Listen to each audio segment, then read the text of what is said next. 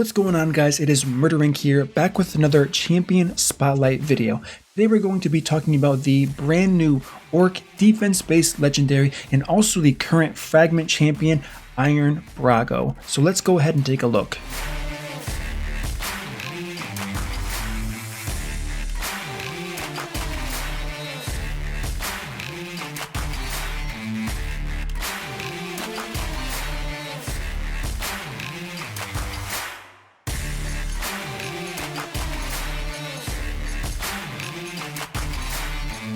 Alright guys, so here we have our fragment champion, Iron Brago. Looks pretty cool, not as impressive as some of the other champions, but definitely can't be too upset with any champion that isn't a reskin, so he does have that going for him. So what we're going to do now is take a look at his animations, see what his skills do, and see where he can fit in your account to really help you out. Alright guys, so the first skill we're going to be looking at is Molten Pummeling. This is his A1 ability. Attacks one enemy, has a 20% chance of decreasing the duration of all buffs by 1 turn. He is a defense-based champion, and this is a defensive multiplier. So let's take a look and see what we have going on here. As we can see already, decent multipliers on the A1 does an awesome amount of damage already, even though you will see very quickly that he actually isn't built for damage at all. So now we're going to move on to his A2 Fearless Charge. We have a 3-turn cooldown, placing a defense up buff on all allies including himself for 3 turns, so this is already extremely strong. We have a 3-turn cooldown and a 3-turn duration. Then he attacks one enemy, keyword then he attacks, meaning he will in fact get that bonus from the defense up on his multiplier. Has a 75% chance of placing a stun debuff for 1 turn, has a 75% chance of placing a stun debuff for 2 turns instead if the target is under 2 or more buffs. Let's take a look at what Fearless Charge actually looks like. So already that is an awesome ability. We have like a red laser beam coming out. I'm not sure if I've seen that before. Maybe it's something a little bit similar to what Krutroxa does, but a little bit different based on the animation he's actually using there. So now let's move on to his A3 ability, Battle Storm. This is a 3-turn cooldown, attacks all enemies, having a 50% chance of placing a provoke debuff for 1 turn, also places a 50% attack down debuff on all enemies for 2 turns if Iron Brago is under increased defense buff, which is more likely than not since it's a 3-turn cooldown and a 3-turn duration. So let's go ahead and see what Battle Storm looks like. So this is our typical meteor, comet, fragment, shard, whatever you want to call it, coming from the sky, smashing to the ground and doing a ton of damage. And the final thing to go over here is actually going to be his passive here, Bestow Strength. Increases the defense of all allies by 10% of this champion's defense.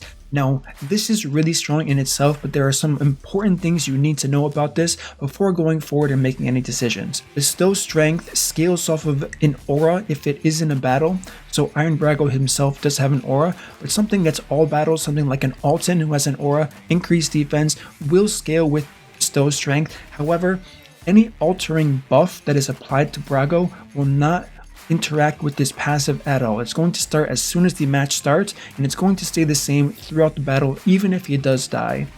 So in short, Aura is going to work, Mastery is going to work. What isn't going to work is our typical defense up buff. And on top of the defense up buff, if someone applies a defense down to you, that is also not going to affect Bestow Strength at all, making this rather strong when you think about things. And even though it's just 10%, his base stats are very strong, and we're going to go over that shortly, but this makes his passive an awesome part of his kit overall and something new to the game. So after seeing a little bit of his damage, let's go over the gear. I mostly threw on some random gear on him, but let's take a look at his total stats here. We have 40.6 thousand health, 6.5 thousand defense, 94% attack, and I don't have it mastered yet because I want to show you guys a couple things about masteries. 168 speed, 140% crit damage, so very low on that crit damage threshold, yet he was doing a ton of damage in that campaign run that we saw compared to some other champions I've ran with 200% crit damage, so on and so forth. He also does have 233 accuracy, and I will tell you exactly why I built him this way. So before I get into the build, let's go over his base statistics very quickly. We have 18,000 health, which is good. We have 1,487 base defense, which is definitely very strong. 99 base speed, which is nothing to complain about. 50 resistance, and 10 accuracy. So now quickly going on to his skills and the book value of this champion. As far as the A1 goes, there is some benefit to booking the A1. However, in my opinion, it's not really worth it. The 20% chance of decreasing the duration being moved up to a 30% chance, and that small damage increase really isn't worth for legendary books in my opinion. Now moving on to Fearless Charge. This is something that I would highly recommend booking if you plan on using this champion. It brings the stun chance from a 75 up to 100% chance of stunning. Granted, you have the accuracy for this to land, and also brings down that 3-turn cooldown on the 3-turn duration from originally being a 4-turn, so you would have that 1 turn of lapse there, unless you wanted to, especially for clan boss, use this champion in a 4-to-3 ratio. Then you can definitely keep him as is, but his stats would suffer a bit based on the speed needed to actually do that. Finally, we have Battlestorm here, and in my opinion, you don't really need to have this booked. Now, obviously, you cannot pick where your books go. That would be an awesome quality of life thing for plarium to add to this game. However, it's RNG based as of now, and if you can avoid booking this A3 ability, I would recommend it, because the 3-turn cooldown down from a 4-turn cooldown isn't a huge deal in my opinion, and a 50% to a 75% chance to provoke also isn't a big deal in my book. So the question is going to be, where do you want to use Iron Brago, and why did I build him the way I did? So I have accuracy here for the stun, and this is for any content such as dungeons, campaign progression if that's where you are in the game, Doom Tower, and Arena. If you want to use him there, I would highly recommend using accuracy. Now, if you do want to build him for clan boss, I do not recommend using accuracy. Some people can say, what about his attack down ability, since he will always have increased defense on himself? While this is a 100% chance to place that attack down debuff, if this gets resisted just once, your team's going to be unprotected and you're probably going to wipe. So that is something to consider. You're going to have to pair him with another attack down champion, and it may just be worth it to get rid of the accuracy requirement overall for this champion, for the clan boss specifically. So now the question is going to be, for dungeons, which dungeons are you going to use him in? Where is he going to do best? Now, the fact that Iron Brago has that awesome passive with his defense up, it lets you get away with a lot of things, mostly in progression. Now, this guy isn't going to be crucial to any speed farming team. He has a decent affinity for Spider. He would actually be amazing if he was red affinity, because he would be an extremely strong spider tank with enough resistance. He would pretty much take no damage based on his stats and based on what he can provide as far as protection goes to your team. However, with that not being the case, you can use him as a stun champion in a spider team. You would have to make sure he's fast enough to be able to cycle through his turns to make sure he's always getting that stun off properly.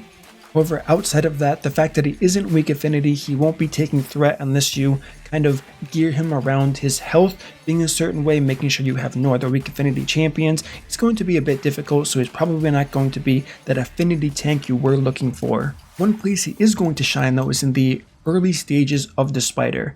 Really impressed with his ability to AoE stun all of his champions, so if you are still in these early stages and you're AoEing down all of the little spiderlings and slowly chipping away at the actual spider boss itself, he's going to be a crucial role for you if you can book this champion, getting that stun out, and based on the amount of damage he does with so little gear. The same thing will in fact apply to Dragon. However, he is weak affinity on stage 20, which can help some people, but it can also hurt some people, so definitely keep that in mind. Now, if you wanted to use him in somewhere like an ice golem, you can definitely do that. I tried playing a little bit with him to see if he can solo any of these dungeons. It's definitely not efficient. It would take a ridiculous amount of gear, so I don't recommend doing it.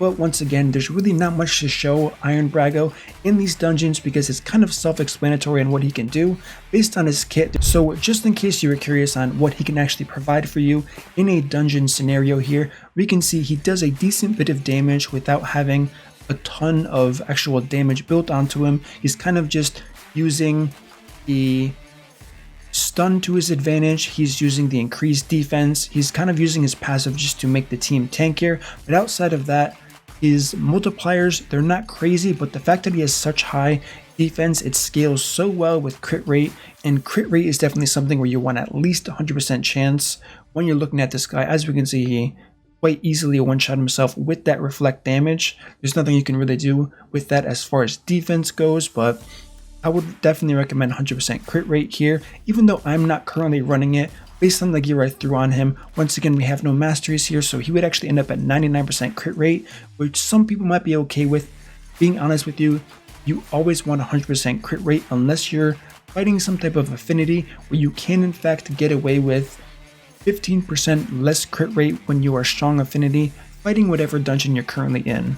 So as I said before, the dungeons were self-explanatory. Doom Tower, Faction Wars, all of this content that's 5-man content, it's pretty self-explanatory as far as what Iron Brago actually brings to the table and why I geared him with accuracy using that stun debuff to his advantage in progression, which is where he's going to shine. Now the question becomes, what can you do with this champion in a setting like Clan Boss? So based on the information we just discussed about Iron Brago in the Clan Boss, you're going to want to make sure you have a defense aura that is going to stack the best with this champion. However, the important thing everyone needs to know about this champion is stacking insane defense on this champion.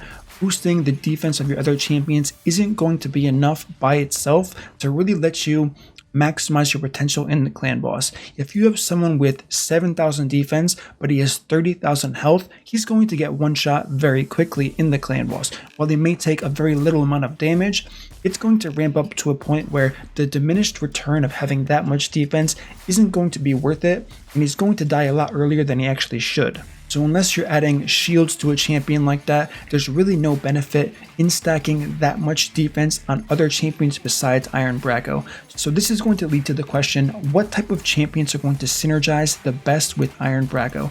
There are two different routes that I found that you can go down if you want to use this guy. You can pair him with a defense aura, like I said before, and pretty much just surround him with as many defensive-based champions as possible. While you're adding the benefit of surviving longer, you're also increasing their damage output as far as raw damage goes. You're increasing their healing ability with lifesteal gear, especially if you're counting on raw damage on top of mastery procs. For when mastery doesn't proc, you want to make sure you're doing a decent amount of damage so you are full healing in a team like this. So Iron Brago, while people may have overlooked it at first, he's actually a damage increase for every single defense-based champion, which is why he's going to synergize very well in a team like that. Going over some more niche champions that you can work with, a champion like Valkyrie is going to be very strong since her shield is going to be based on the amount of defense Valkyrie actually has before she applies it, and Iron Brago does have that defense up ability. So if you've never been lucky enough, you've had an attack down champion that doesn't provide defense up, now you have Iron Brago that synergizes very well with Valkyrie. Now, even though Valkyrie isn't the most common counterattack champion, we can talk about the most common counterattack champion and how this is a direct buff to someone like a Skull Crusher. So one common misconception when most people pull Skull Crusher is, my team's going to be amazing now, it's going to skyrocket. That is going to be true for the initial time you first put Skull Crusher into your team. However, most people are going to very quickly realize that Skull Crusher is a extremely hard champion to build, especially if you don't have solid endgame gear. Sets like Stalwart do really well with this champion because it helps mitigate a lot of that AoE damage incoming from his ally protection when he doesn't have that unkillable buff. What Iron Brago can do is really let him focus on health and take a little bit of the strain off of building him with defense, where Iron Brago's passive will directly add that to him, making him a lot easier to build, making Iron Brago a direct buff to someone like a Skull Crusher if they are paired together. Now, so far what we've been talking about are defense-based champions, ally protection champions, counterattack champions. Now it comes to the point of, what does Iron Brago offer your team as far as champions that you were hindered on using at first, but now you might not be based on the way his kit works? So the perfect example of a champion is actually going to be Occult Brawler.